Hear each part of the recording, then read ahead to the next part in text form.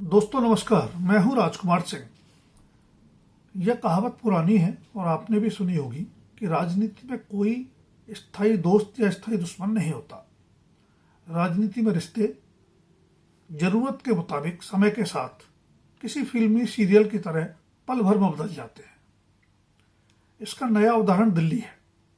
6 महीने पहले ही लोकसभा चुनाव में आम आदमी पार्टी और कांग्रेस ने मिलकर बीजेपी के विरुद्ध ताल ठोकी थी। नतीजा शून्य रहा और बीजेपी पिछले दोनों चुनाव की तरह फिर 7 लोकसभा सीटें जीत गई। ऐसा नहीं कि तब आपसे गठबंधन का कांग्रेस में विरोध नहीं हुआ था। कांग्रेस के दिल्ली प्रदेश अध्यक्ष अरविंदर सिंह लवली जैसे नेता तो पार्टी छोड़कर बीजेपी में ही चले गए। तब तक कांग्रेस और आपको बीजेपी दुश्मन नंबर 1 नजर आती थी। इसलिए जिस कांग्रेस पर भ्रष्टाचार के गंभीर आरोप लगाते हुए आप 2013 में सत्ता में आई थी, उसी के साथ 2023 में 2 दर्जन दलों के विपक्षी गठबंधन इंडिया में शामिल होकर दोस्त बन गई। और फिर 2024 के लोकसभा चुनाव में दिल्ली समेत हरियाणा, गुजरात और गोवा में दोनों के बीच सीटों का बंटवारा भी हो गया। लेकिन लोकसभा चुनाव होने के बाद उनकी दोस्ती तेजी से फिर दुश्मनी में बदलती दिख रही है। बेशक जो कथित शराब नीति घोटाला अरविंद केजरीवाल और उनकी आम आदमी पार्टी के लिए सबसे बड़ा राजनीतिक संकट बनता दिख रहा है, उसकी शिकायत सबसे पहले कांग्रेस ने ही की थी। पर नरेंद्र मोदी की बीजेपी से मुकाबले के चुनावी दबाव में वह बात आई गई हो गई। लेकिन दिल्ली विधानसभा चुनावों से पहले दोनों खुलकर एक दूसरे के आमने सामने आ गए हैं। बेशक कांग्रेस को भ्रष्ट बताने के बावजूद चंद महीने में ही उसके समर्थन से पहली बार मुख्यमंत्री बने अरविंद केजरीवाल और उनकी पार्टी आपने विधानसभा चुनाव में गठबंधन न करने की बात कही थी। लेकिन कांग्रेस ने तो उनके विरुद्ध जंग का ऐलान ही कर दिया है। कांग्रेस समेत आपके प्रमुख उम्मीदवारों के विरुद्ध घेराबंदी की जा रही है। केजरीवाल के विरुद्ध नई दिल्ली सीट से कांग्रेस ने संदीप दीक्षित को उम्मीदवार बनाया है, जो 15 साल तक दिल्ली के मुख्यमंत्री रही शीला दीक्षित के बेटे हैं और वह खुद भी वहां से सांसद रह चुके हैं। इसी तरह केजरीवाल सरकार में उप मुख्यमंत्री रहे मनीष सिसोदिया के विरुद्ध भी कांग्रेस ने पूर्व मेयर फरहाद सूरी को उम्मीदवार बनाया है। मुख्यमंत्री आतिशी के विरुद्ध भी ऐसा ही उम्मीदवार उतारने की तैयारी है। इस चुनावी घेराबंदी से भी आगे बढ़कर कांग्रेस ने आपके विरुद्ध खुली राजनीतिक जंग का ऐलान कर दिया है।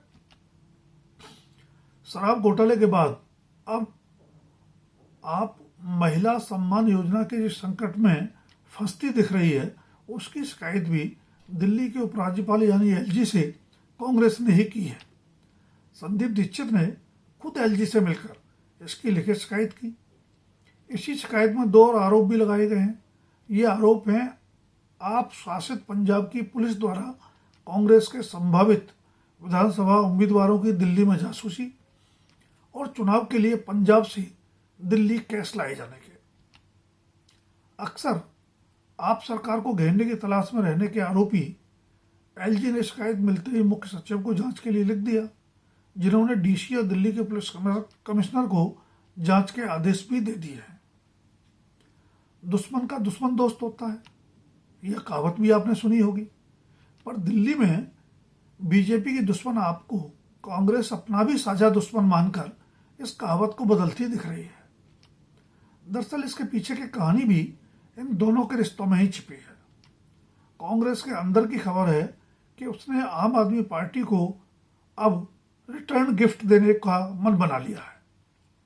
लोकसभा चुनाव अब 2029 में होने हैं, इसलिए उससे पहले कांग्रेस अपने पैरों पर वापस खड़ा होने की कोशिश करना चाहती है।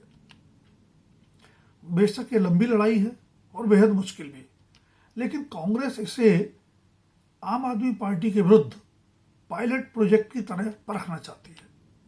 दिल्ली में 15 साल तक शीला दीक्षित के नेतृत्व में लगातार कांग्रेस की सरकार रही, जिसे बीजेपी हिला भी नहीं पाई।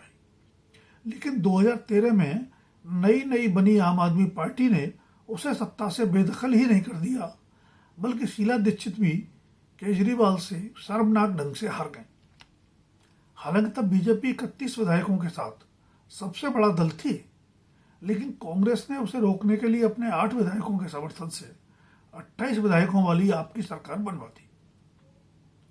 अब 11 साल बाद अजय माकन अरविंद केजरीवाल को एंटी नेशनल कहते हुए उसे ही कांग्रेस की पहली गलती बता रहे हैं।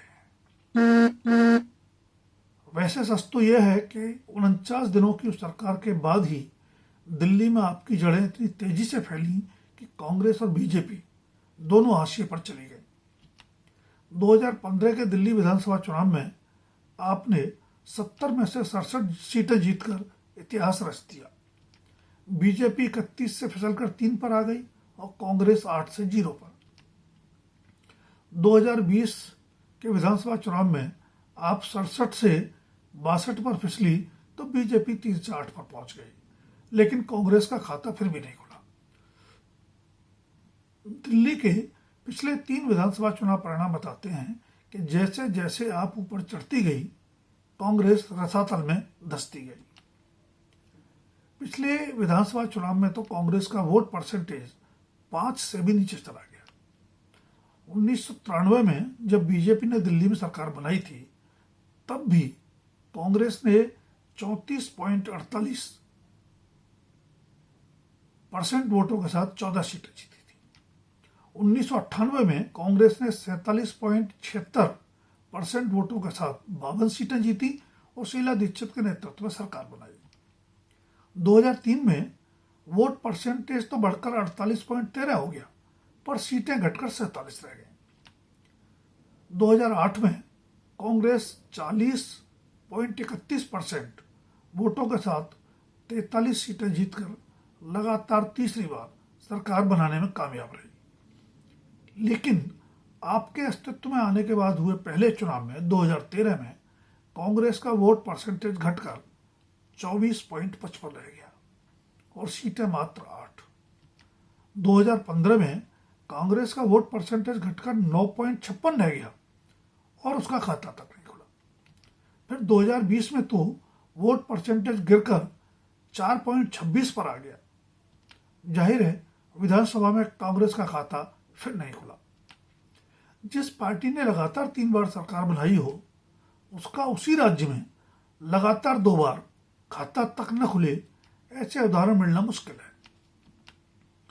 कांग्रेस में ऐसा मानने वालों की कमी नहीं नेताओं की कि पार्टी की आंखें तो तभी खुल जानी चाहिए थी जब उसका जनाधार छीनकर दिल्ली में आप अजय बन रही थी, लेकिन वह उसके हाथों पंजाब की सत्ता गंवाने और गुजरात और गोवा में अपने जनाधार में बड़ी सेंध लगने के बावजूद किसी चमत्कार की आस में सोई रही।